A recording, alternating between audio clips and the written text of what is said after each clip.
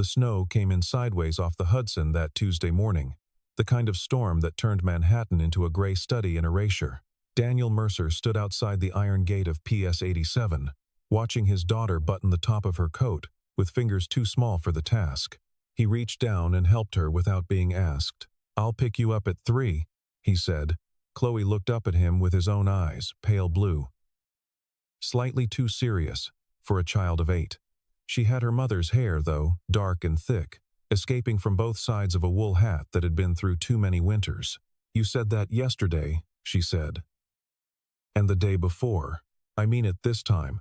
She gave him the look that 8-year-olds reserve for adults they love but don't entirely believe. Then she turned and walked through the gate without looking back, her way of saying she understood, that she didn't hold it against him, that she was more grown-up than he'd ever wanted her to be. He watched until she disappeared inside, then turned toward the subway entrance, his laptop bag cutting into his shoulder, his thermos already empty. He'd been awake since 2. He told himself it was because of the cough. Chloe's asthma always flared in cold weather, and he'd spent 40 minutes last night counting her breaths in the dark, the inhaler on the nightstand between them, like a small white sentinel. But that wasn't the only reason. The Orange Line to Midtown. 22 minutes if the trains ran clean. He stood in the rattling car with his phone in his pocket, not looking at it, watching the tunnel walls slide past in the window glass. He thought about the packet capture he'd been running since midnight.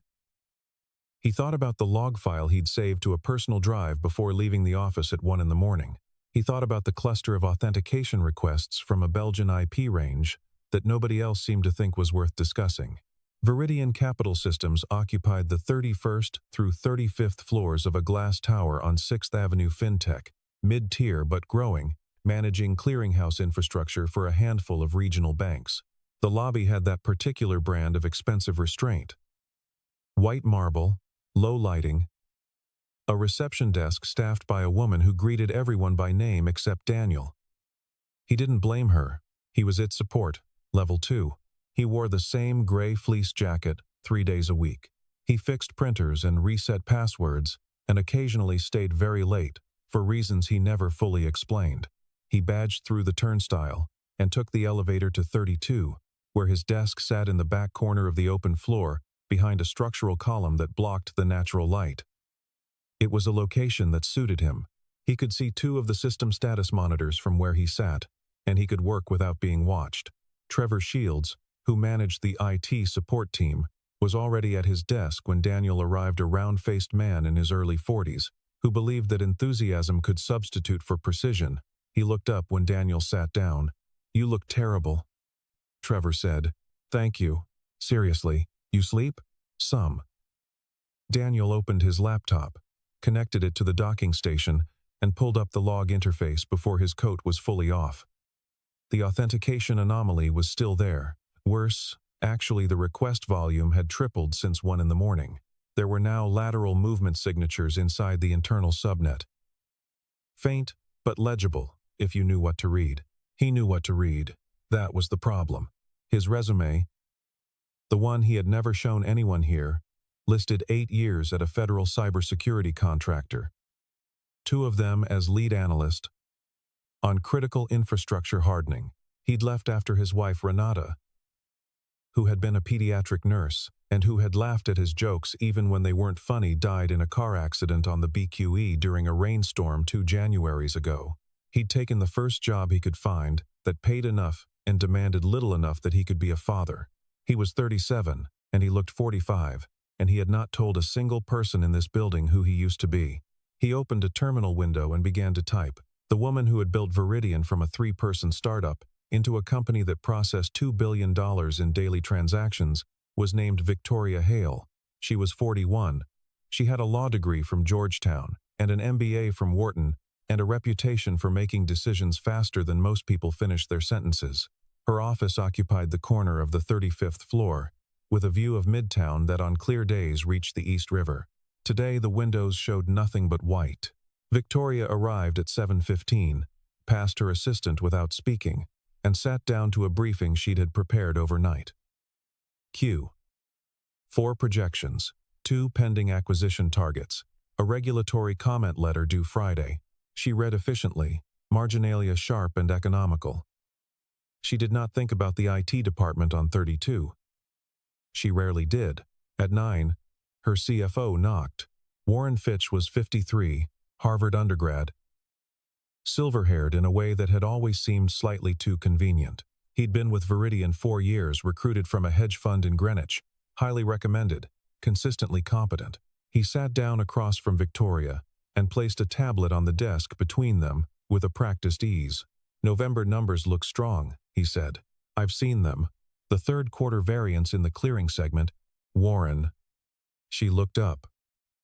"What do you actually need?" He smiled. He had an excellent smile, calibrated, not overdone. "Wanted to flag that we have some infrastructure vendors coming in Thursday.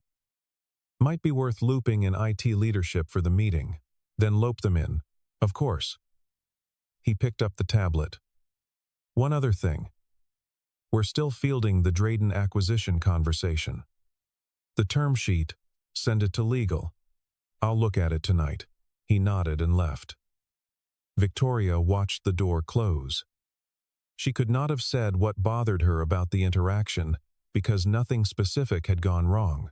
But in the 17 years she had run businesses, she'd learned to trust the small wrongness, the microsecond of a pause where there shouldn't be one.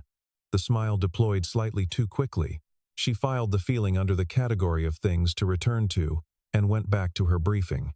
She did not know that Warren Fitch had, 12 minutes earlier, sent an encrypted message from a burner device to an IP address registered in Warsaw.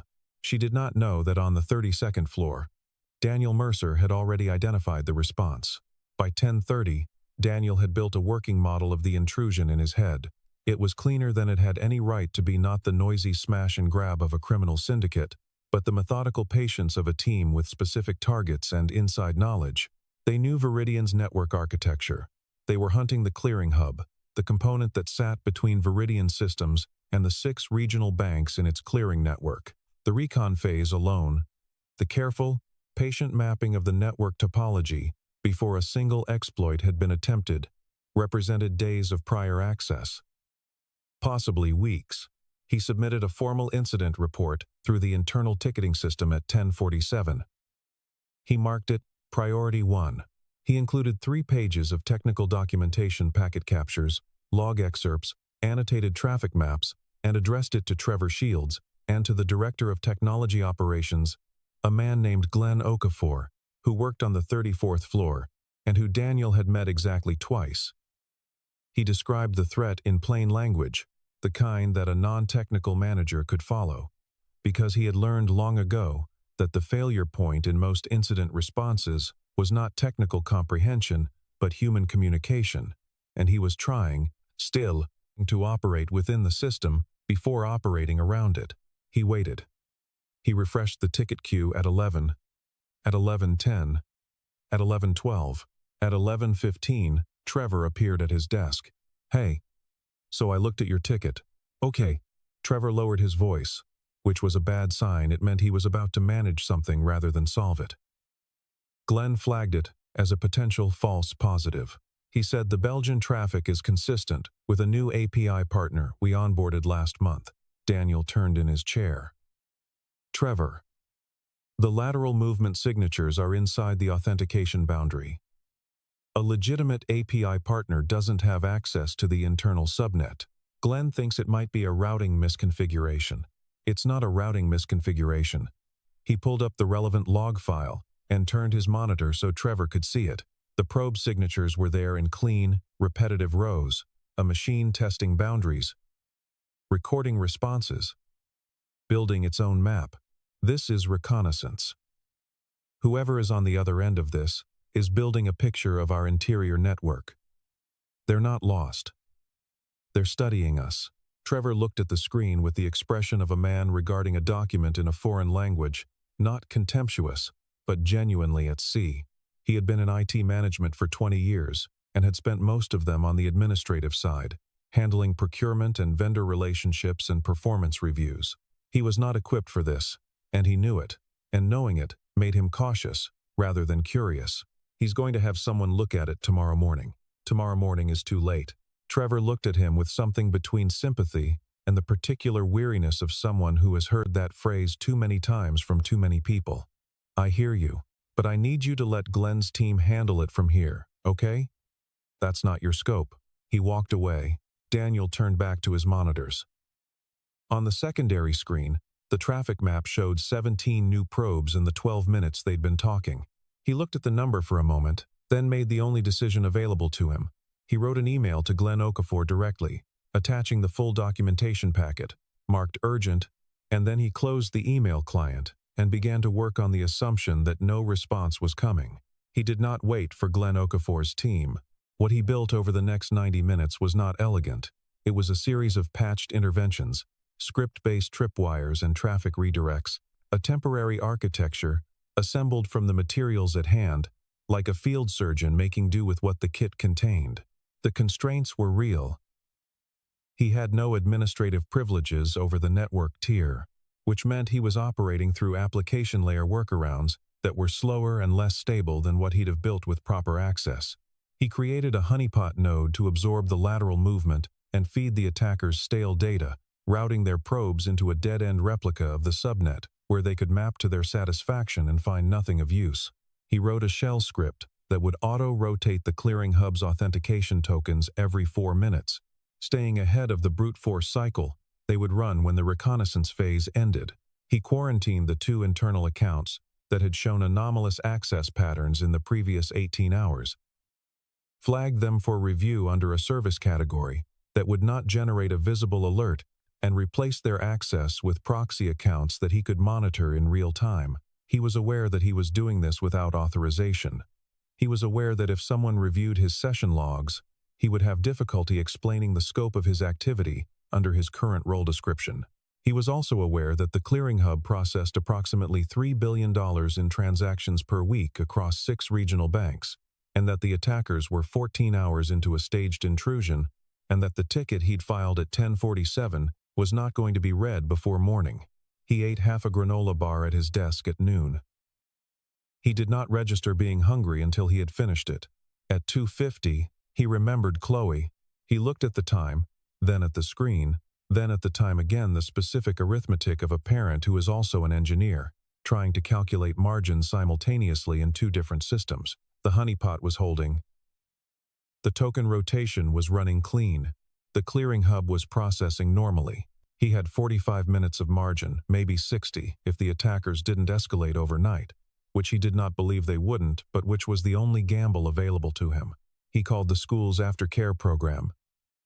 He apologized, not for the first time, to the coordinator, who answered with a patience that had clearly been worn smooth by encounters like this.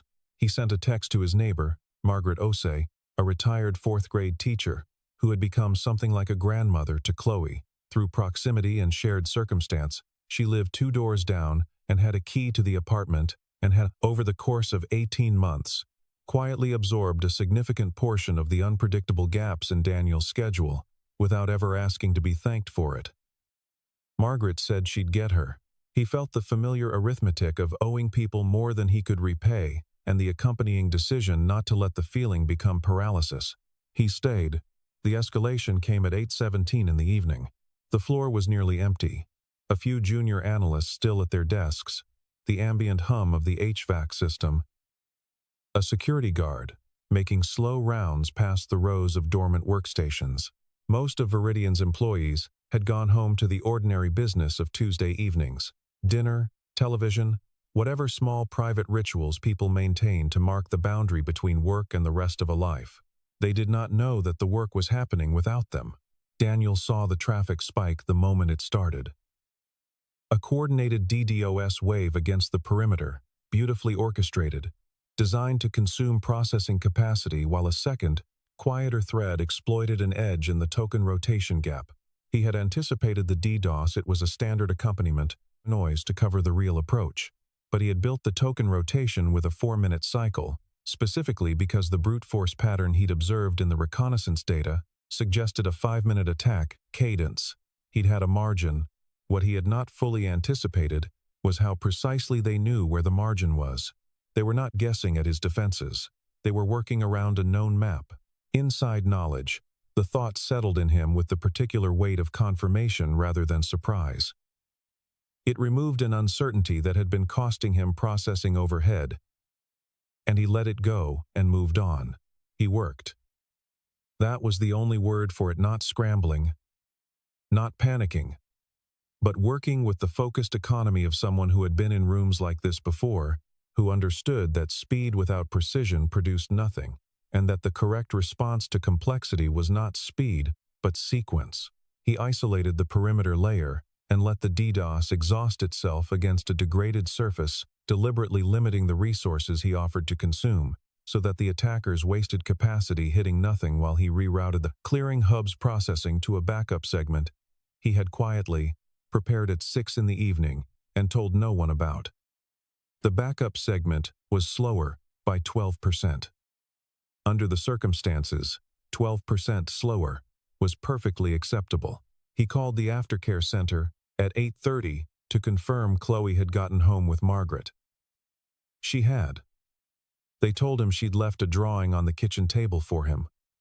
He said, "Thank you." He did not allow himself to think about the drawing for more than the 3 seconds it took to redirect his attention. At 9:15, he stood up to get water from the kitchen on the other side of the floor. He walked the length of the empty room in near darkness, past the rows of chairs that would fill in 11 hours with people who would never know what had happened in the building while they slept. He filled a paper cup, drank it, filled another. He stood there for a moment in the kitchen, in the dark, looking at nothing. He thought about Renata. He didn't do this often, had trained himself out of it, mostly because it was a current he couldn't afford to get into when he had other things to hold. But in the dark kitchens of late nights, he sometimes didn't have the resources to keep the door closed. She had been someone who believed, with an uncomplicated conviction that had at first seemed naive to him and later seemed like the most sophisticated thing he knew, that the right thing was always the specific right thing in front of you. Not the abstract principle. Not the systemic problem. The thing in your hands. He walked back to his desk. At 11:40, a second wave hit injection attempts against the database layer, concurrent with a social engineering call to the overnight help desk, attempting to extract a session token under the cover of a fabricated maintenance request. He saw the help desk ticket come through in real time. Flagged it through the ticketing system before the help desk operator had finished reading the caller's first request, and killed the access pathway at the network level simultaneously. The help desk operator would later say the call had ended abruptly, as if the caller had realized mid-sentence that something had changed. That was approximately correct. At 12:50, a third wave targeted the API endpoints, a more subtle approach, probing for parameter injection vulnerabilities in the external-facing layer. He had patched 3 of the 4 vulnerable parameters during the afternoon. He patched the 4th now, watching the probe traffic shift as it encountered the closed surface, adapting, probing again, and ultimately retreating. He stopped each one. Not cleanly, there was collateral, minor service degradation in 2 non-critical modules, 3 minutes of elevated latency on the clearing hub that resolved before any client monitoring system registered it as an outage. But the clearing hub processed, the transactions cleared. The 6 regional banks on the other end of Viridian's connections went about their business without interruption. At 3 in the morning, he leaned back in his chair and stared at the ceiling. The industrial gray acoustic tile. The recessed lighting that the motion sensors had half dimmed in response to the empty floor. His hands were shaking slightly, not fear. Just the lag of adrenaline against exhaustion, the body accounting for itself after the emergency had passed.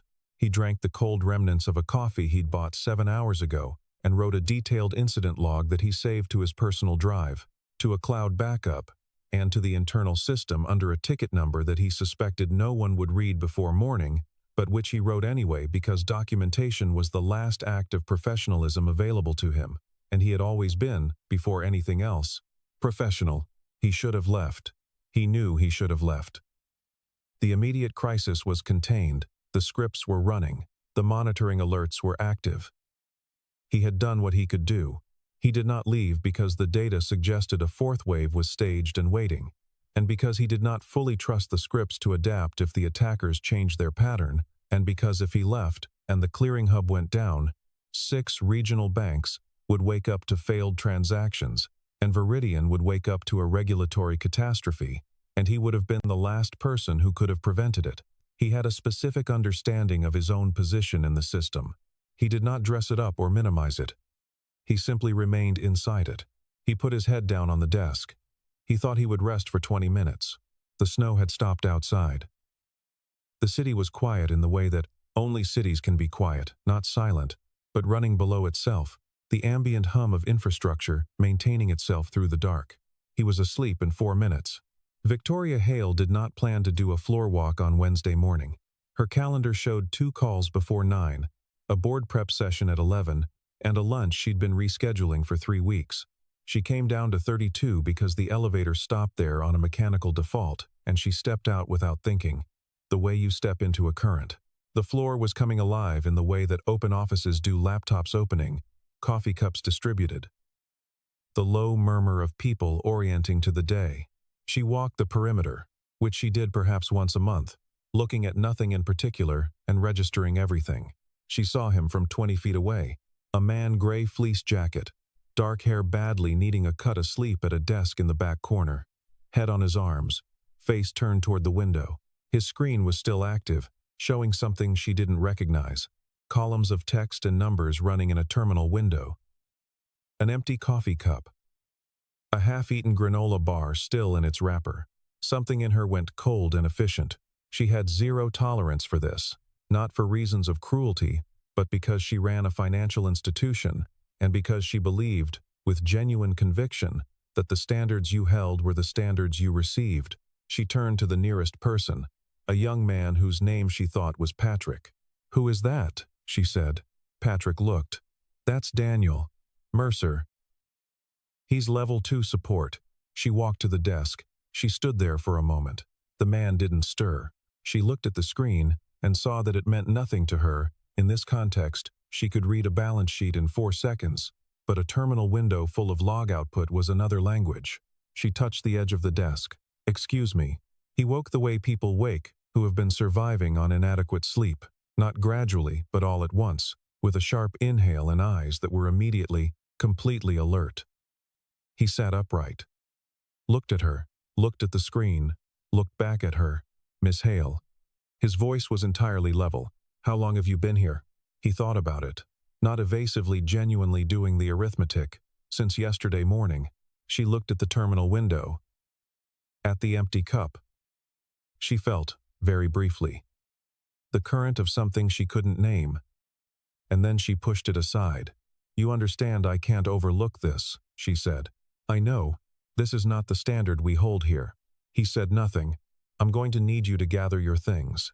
He held her gaze for 1 second, not challenging, just looking, as if he were making a small note of something, and then he nodded. He reached for his bag. He began, quietly and methodically, to shut down his personal sessions. She watched him for a moment, and then looked away, because watching felt suddenly uncomfortable in a way she couldn't rationalize. She was almost to the elevator when she heard him. From across the floor, not loud but clear. "The system will last about 6 hours without someone watching it. Maybe less." She stopped, did not turn around. "There's a ticket in the system. Priority 1. You should probably have someone read it before 9. She pressed the elevator button. The doors opened. She stepped inside. She told herself it was deflection. A subordinate using technical mystification to reframe his own failure. She had seen it before. She pressed 35 and watched the floors pass.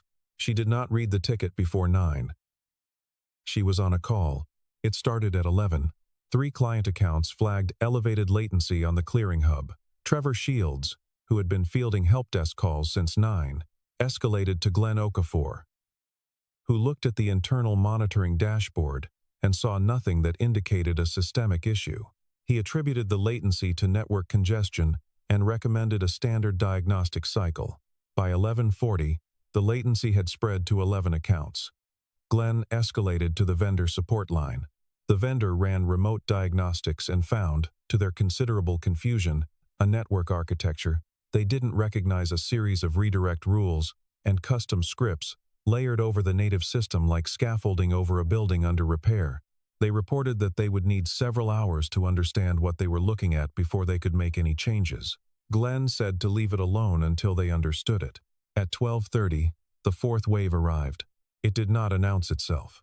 It came in the form of a small, clean exploit against a specific database endpoint, the one that the scripts had been covering, the one that required active management to stay patched because the underlying vulnerability was in a legacy module that couldn't be updated without taking the entire segment offline.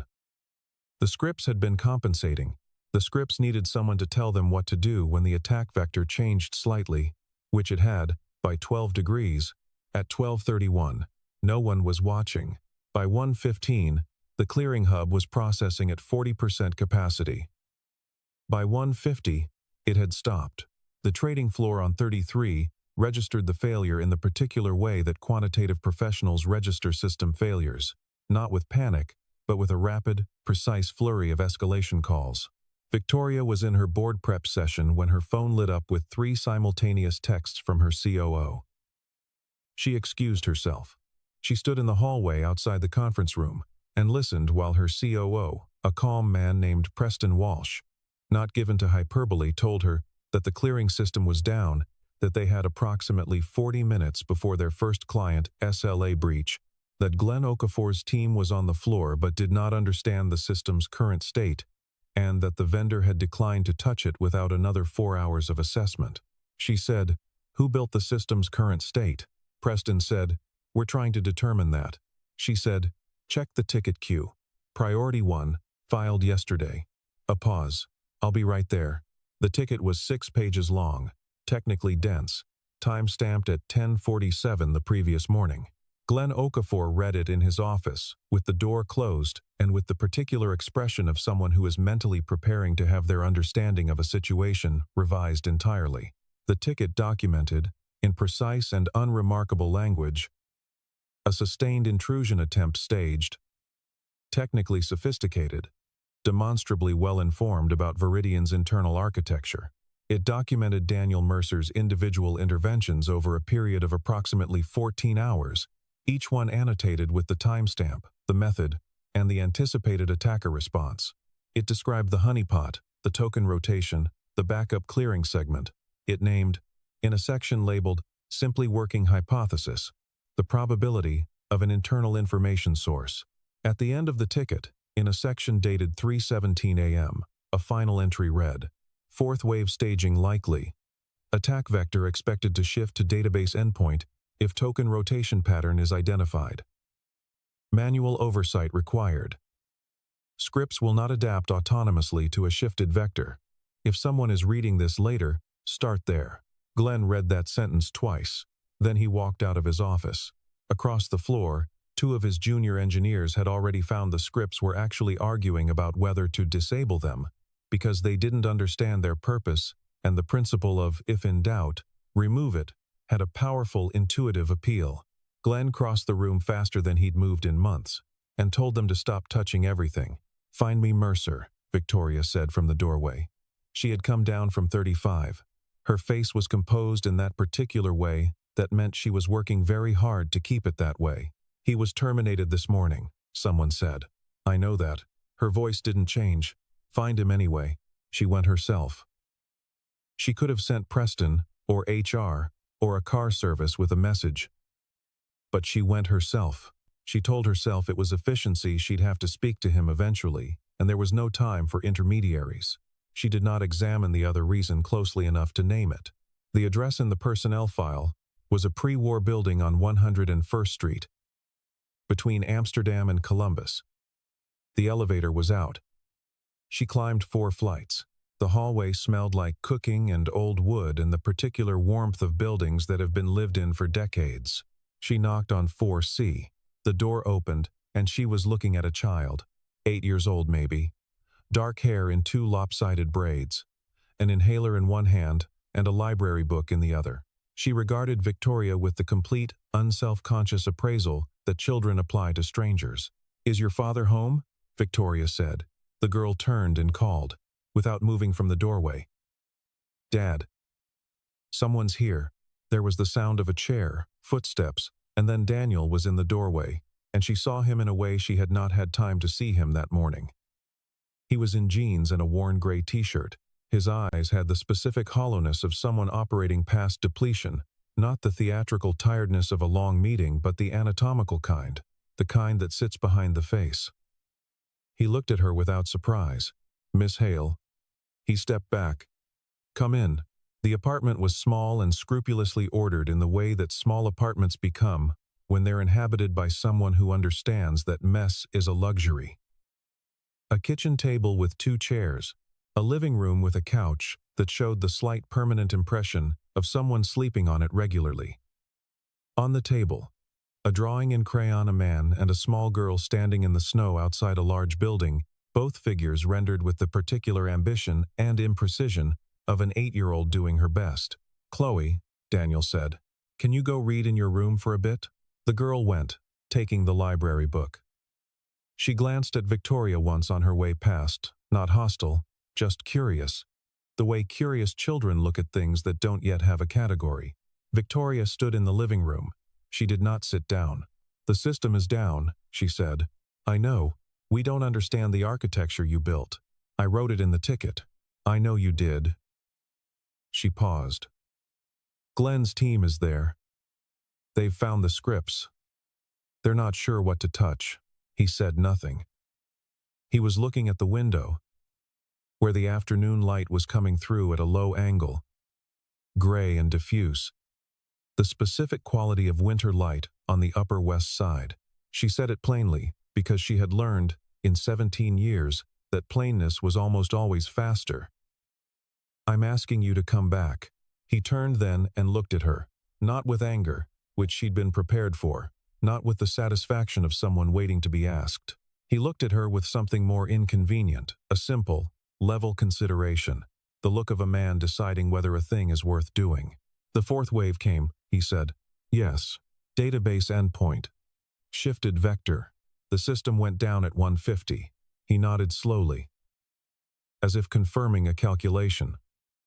"There's still an active attacker. Taking the system down doesn't end the intrusion. It just changes what they're doing. I understand that now. There's also an internal source." He said it quietly, without drama. "Whoever ran this operation knew too much. Routing tables. Segment architecture. Token schedules. You have someone on the inside who provided it." She held very still. "Do you know who?" "I have a working hypothesis." He looked at her. "I'll need access to the full authentication logs. 30 days. Not just the clearing segment," she said. "Whatever you need." There was a sound from the hallway, a small cough, quickly suppressed. He looked toward it, and something in his face changed in the barely perceptible way that parents' faces change when they locate a child in a room. "I need an hour," he said. "She needs her medication and dinner." Victoria looked at the doorway where the girl had gone. At the crayon drawing on the table. At the couch, with its faint impression. "Take 2, she said. He walked back into Viridian at 6:17 p.m., carrying his laptop bag and a thermos. He did not go through HR, did not sign anything, did not speak to anyone in the lobby, except to badge through on the access card that had not yet been deactivated.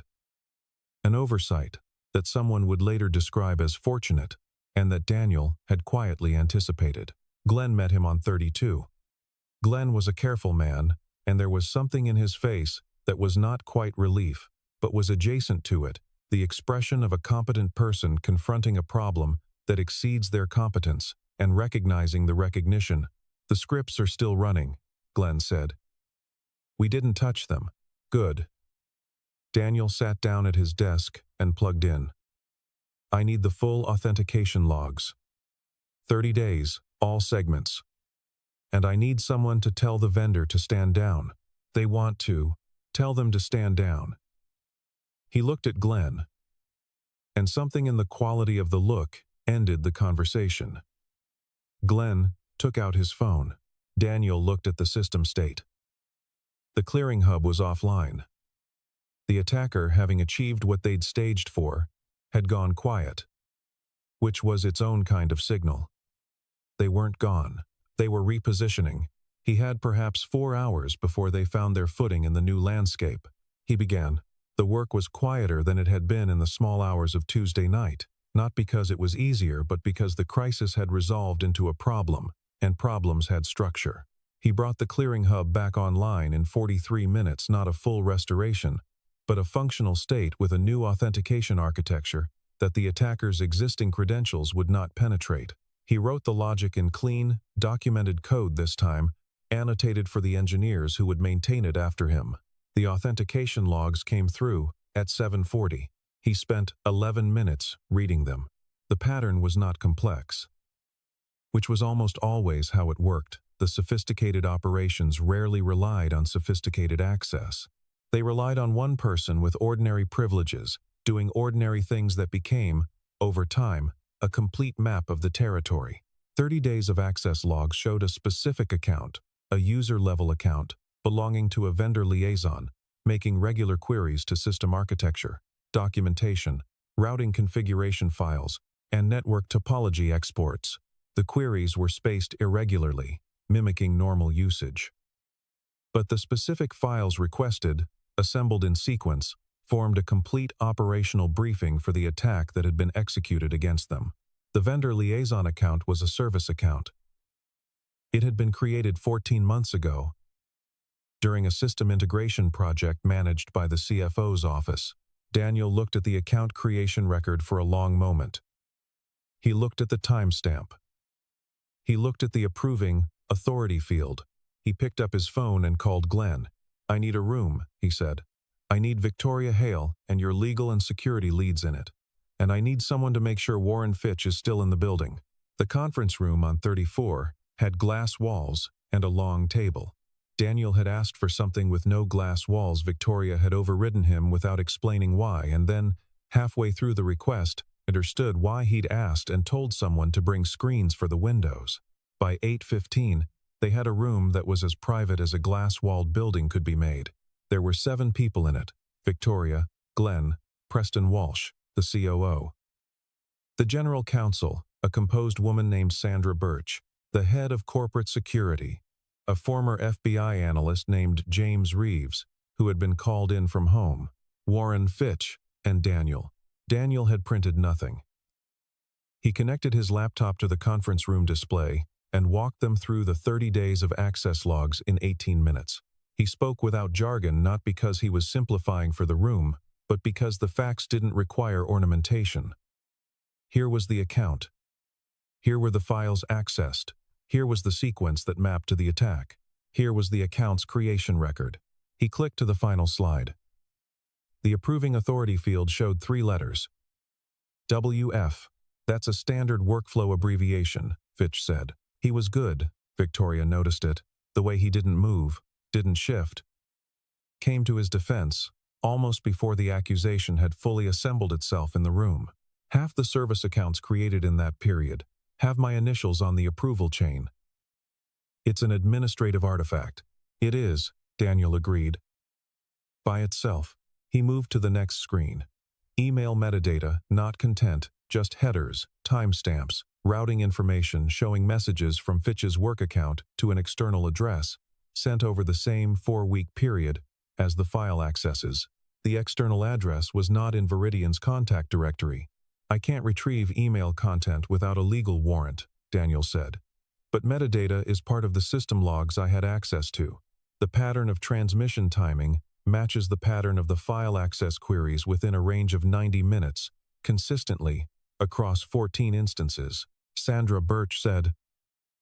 14 instances. Yes. The room was very quiet. Fitch turned to Victoria.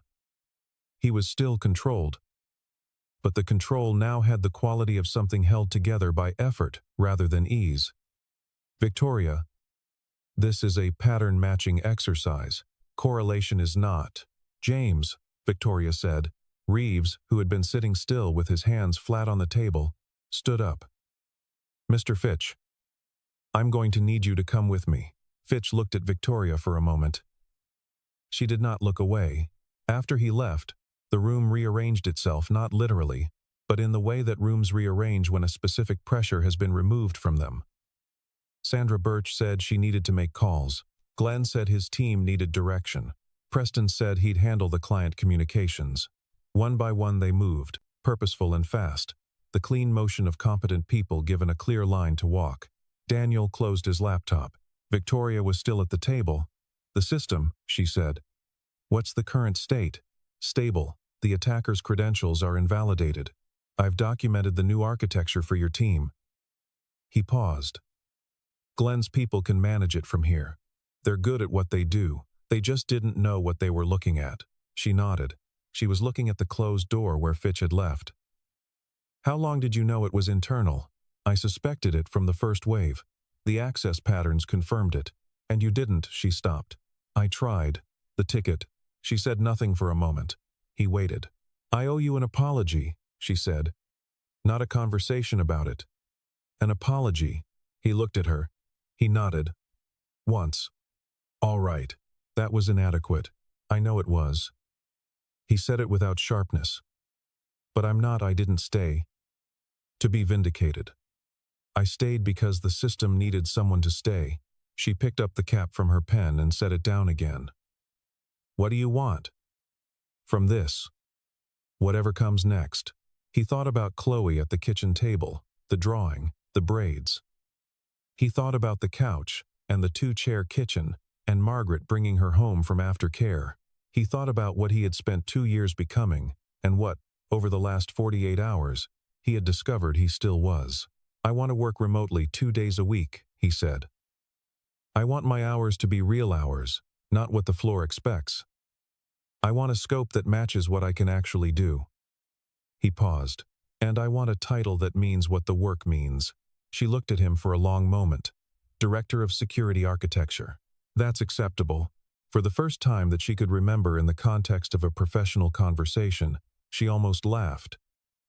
It came and went in a fraction of a second, a brightness across her face that surprised her with its speed. "All right," she said. "Director of Security Architecture." The notification that went to all staff the following Monday said simply that Veridian had experienced and successfully contained a cybersecurity incident, that full system integrity had been restored, and that the company was cooperating with federal authorities in an ongoing investigation. It said that Daniel Mercer had been appointed Director of Security Architecture effective immediately. The building registered this, the way buildings register things in corridors, in elevators, in the particular quality of attention that attended his path through the floor. Trevor Shields stopped by his desk on Monday afternoon. He stood there for a moment, hands in his pockets, and said, "I should have listened." "Yes," Daniel said. "I'm sorry." He looked at Trevor, the round face, the earnest discomfort of a man trying to do better than his instincts. "You'll listen next time," Daniel said. It was not forgiveness exactly, or not only forgiveness. It was an assessment, and it was accurate. Glenn Okafor came by on Tuesday. He didn't apologize. Instead, he sat down and asked Daniel to walk him through the honeypot architecture, because he wanted to understand it. They spent an hour at the whiteboard. When they were done, Glenn said, "I'm going to have my team run exercises against this kind of signature monthly." Daniel said that was exactly right. They did not become friends, but they became something more useful than that. On Wednesday, Chloe came to the office. It wasn't planned.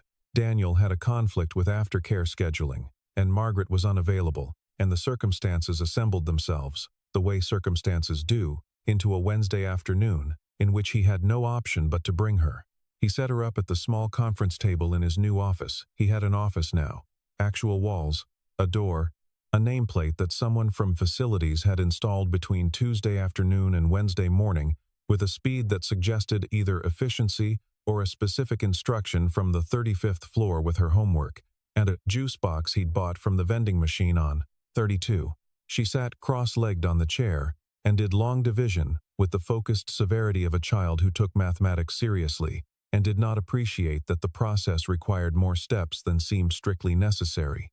She had her inhaler in the outer pocket of her backpack, where he could see it. He had checked twice. At some point in the late afternoon, Victoria passed the glass partition and stopped.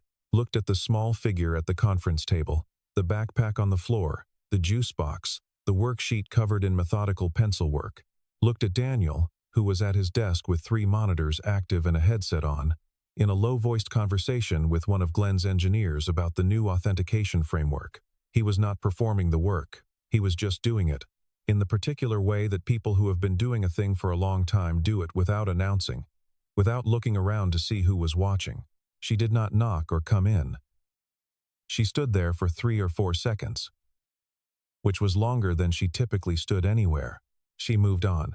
But at 5:30, when the building had thinned and the light had gone blue and flat in the windows, the quality of winter light that empties a room of its daytime character and makes the objects in it look like themselves, just objects, just chairs and monitors, and the geometry of a working day in its aftermath. She was in the lobby when Daniel and Chloe came off the elevator. Chloe was telling him something about the long division with an emphatic gesture that suggested a specific and deeply felt grievance with the mathematical system, possibly with its inventor. He was listening with a precision of attention that Victoria had seen him apply to network logs, which was to say, completely. They went out through the revolving door. She watched through the lobby glass as they emerged onto 6th Avenue, the man in the gray fleece jacket and the girl in the winter coat, the backpack bouncing, the white vapor of their breath in the cold air folding into the ambient cold of the street. He took her hand as they reached the crosswalk. She led him without interrupting whatever point she was still making. They crossed, and the street absorbed them, and the city went on doing what the city does, indifferent to the individual, and somehow sustaining every one of them simultaneously, the way a very large system can, when it works. Victoria stood there for a moment longer than was necessary. She had spent 17 years building things, companies, reputations, habits of judgment that she trusted because she had refined them carefully, and they had mostly not failed her. She had also spent, somewhere inside those 17 years, enough time being certain of what she saw that she had stopped checking the gap between what she saw and what was there. She did not deliver this to herself as a verdict. She delivered it as a note, the kind you write in the margin of something you intend to return to. The revolving door swung again. People came and went. She turned and walked back toward the elevator. She had work to do, there always was, and that had never felt like a burden. And it did not feel like one now. But the work was slightly different in its texture from what it had been a week ago. She could not have articulated the difference precisely. She did not try. Outside, the first snow of December was falling again, the same sideways snow off the Hudson, the same gray erasure that had covered the city the morning all of this began. In the morning it would cover everything, and the city would wake to a brief, clean quiet before it recovered itself.